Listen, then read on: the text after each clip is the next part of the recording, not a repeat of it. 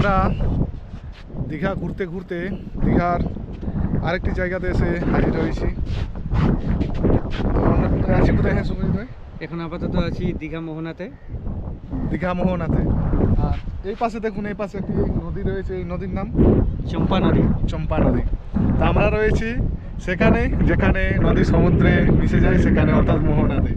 আর জায়গাটি দেখুন, খুবই সুন্দর জায়গা।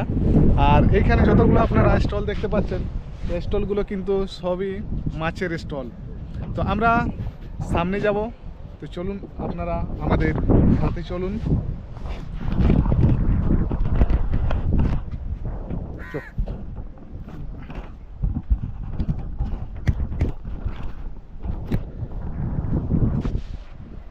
শুভজিৎ ভাই কিন্তু ভিডিওগ্রাফিতে ব্যস্ত।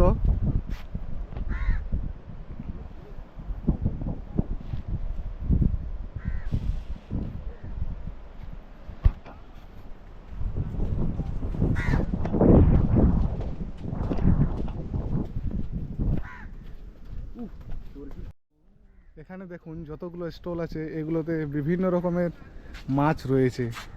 এগুলো তো সব শুকনো মাছ নাকি? আর সব এই সামুদ্রিক মাছই নাকি? আপনারা যারা দীঘাতে ভ্রমণের জন্য আসবেন, অবশ্যই দীঘার যে মোহনাতে আসুন। অনেক কিছু জিনিস দেখতে পাবেন, অনেক অভিজ্ঞতার সাক্ষী হয়ে ফিরবেন। এগুলো দেখুন সব সামুদ্রিক মাছ। এগুলোতে হলুদ দেওয়া আছে নাকি? হলুদ, এগুলোতে হলুদ দেওয়া আছে নাকি? কোনটা? এইগুলোতে। হ্যাঁ হ্যাঁ। এখন ঘড়ির কাঁটাতে 4:40 বাজে। আর আমরা রয়েছি দীঘা মোহনাতে। আর মোহনা বলতে এখানে যে নদী সমুদ্রের সঙ্গে মিশেছে, সেই নদীটি হচ্ছে চম্পা নদী। আর জায়গাটি কিন্তু খুবই সুন্দর জায়গা। নিউ দীঘার থেকে এই মোহনার দূরত্ব খুব একটা বেশি হবে না। আপনারা চাইলে খুব কম সময়ের মধ্যে এখানে এসে ঘুরে যেতে পারেন। তো আমরা যেহেতু বিকেল নাগাদ এখানে এসে পৌঁছেছি, সেহেতু কিন্তু এই বিকেলের যে বিউটি, তা কিন্তু অসম্ভব সুন্দর। তো শুভজিৎ ভাই তো আমার সঙ্গে প্রথমবারের জন্য এলো দীঘা মোহনাতে। তো কীরকম লাগছে, কীরকম জায়গা? দারুণ জায়গা। সবার কাছে রিকোয়েস্ট যেমন দীঘাতে আসার জন্য। আর ভিডিওগুলো অবশ্যই কিন্তু আপনারা আমাদের দেখবেন, আর অবশ্যই লাইক, কমেন্ট আর শেয়ার। আর এখানে কিন্তু মানুষজনের পরিমাণটা একটু কম রয়েছে, আর ভিড় নেই বললেই চলে। আর এই কারণে কিন্তু এখানে ঘোরার যে মজাটা আলাদা লেভেলের। ওইখানে ভিড় ভাড়ার কাছে কেমন মনে হচ্ছিল বলুন? ভিড়টা বেশি এখানে।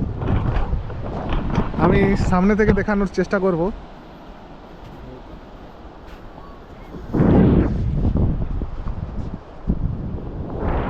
আপনাদের সকলকে দীঘা মোহনা থেকে স্বাগত জানাচ্ছি। আর শুভজিৎ ভাই দেখ, ওই পাশে যে ঢেউগুলা ছিল, ওই ঢেউয়ের চাইতে এই যে বড় বড় এই দিকের ঢেউগুলো কিন্তু অনেক বড়। আমরা অনেকটাই সময় দীঘা মোহনাতে এসে কাটালাম। আর দেখুন আমাদের অনেক দিনের বন্ধুত্ব স্বাগতমের সঙ্গে আমার দেখা হয়েছে। বন্ধু স্বাগতম, এখানে পাপু ভাই রয়েছে। তো এদেরকে দেখে কিন্তু আমি অবাক হয়ে যাই। ঠিক আছে, যে আমি সন্দেহতে পড়ে যাই যে এটা গপি কি পাপু নাও হতে পারে, কিন্তু এখানে এসে সত্যি এদের সঙ্গে দেখা হয়, খুবই ভালো লেগেছে। তো তুমি তো মাঝে মধ্যেই আসা হয়। তো এই জায়গাটা সত্যি দারুণ। Old Digha, old Digha new দীঘার থেকে জায়গাটা ভালো, অনেক ভালো, নিরিবিলি। এই জাঁকজমক ব্যাপারটা প্রথমবার তো ফার্স্ট টাইম, প্রথমবার। প্রথমবার। তো কেমন খুব অভিজ্ঞতা? ভালো লাগছে, প্রথমবার এসেছি। দারুণ খুব জায়গা, ভালো লাগছে, দারুণ জায়গা। তো আমাদের পুরুলিয়া ছেলেগুলো কি বলবে যে আসে, যেমন জীবনে কিচ্ছু নাই, ওটা কিছু নাই। না। জীবনটাই শুধু ঘুরে এলে, যত দিন পাইবে এনজয় করে ঘুরুক, আর কিচ্ছু নাই জীবনটাতে। আসবে আর যাবে, তার বেশি কিচ্ছু নাই। আর এদেরকে একটা আমার প্রশ্ন করার আছে, তোমরা কি দুজনে আইছো? দুজনে এসেছি, আমরা দুজনে এসেছি ভাই, দুজনে এসেছি বাবু। এই পাপু, আমরা দুজনে এসেছি, আমরা দুজনে এসেছি।